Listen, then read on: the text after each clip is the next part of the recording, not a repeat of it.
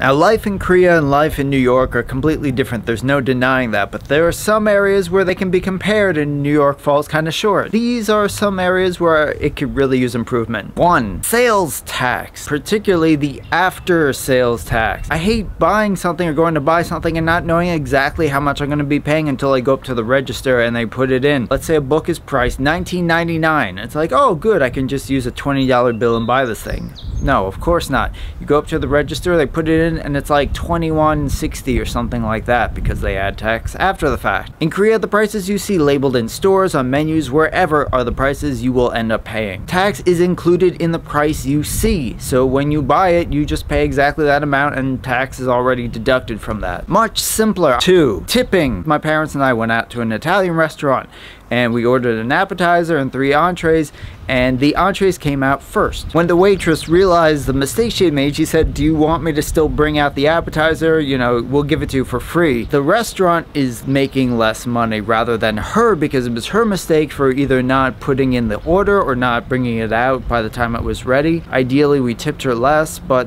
still, it doesn't make sense to me. Especially since service in Korea is generally always good. It's the same procedure, except we don't tip people in Korea. They seem to work harder and they're not making any extra money from it. 3. Focusing on the service industry, what I started to realize was I appreciate how kind and nice and formal service industry people are in Korea in general. In the US, there's a greater emphasis on the server, the person doing the work themselves, or some kind of ego involved that they believe they are still themselves and they deserve to be treated a certain way. And yes, that's true, but then they bring their own agenda or their own attitude or their own mood into your transaction. In Korea, everything is almost always just straightforward, cut and dried. Like, they say what you need to hear and you give them the response they need. I feel like there's never ego involved in transactions in Korea. I've grown to appreciate it, and I think the US could step it up a little in that regard. 4. JFK Airport.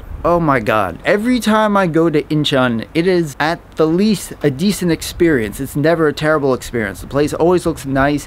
It never seems to be under construction. When I go to JFK, every time I go to JFK, there's always something under construction, and it's big and it's obvious and it gets in the way of whatever I'm trying to do. I notice that in general also when taking the trains, that the construction is never hidden. Things always look like they're under construction. You can see every little detail, and I feel like in Korea at least they try to hide that fact if construction is going on. 5. And on that note, in JFK I was in Terminal 4 recently, and there are barely any places to sit. There is literally one place, and only in the arrival area, not the departure area, for people to sit down. In the departure area, there were just people sitting on the floor or leaning against windows. There was lots of wide open space, but no chairs. What the heck? Incheon has tons of seats everywhere. There's no reason to be standing. Just another example of JFK not being a very welcoming venue. I know that's a somewhat random list of things, but I just wish certain things were simpler or more convenient or more obvious in some cases in New York. Just some thoughts. It's not terribly inconvenient here. I mean, I did order something from Amazon and it came literally the next day, which is incredible for the US. That's normal for Korea, but I'm glad that they're stepping up the service here. But in general, I still find Korea and Seoul life more convenient.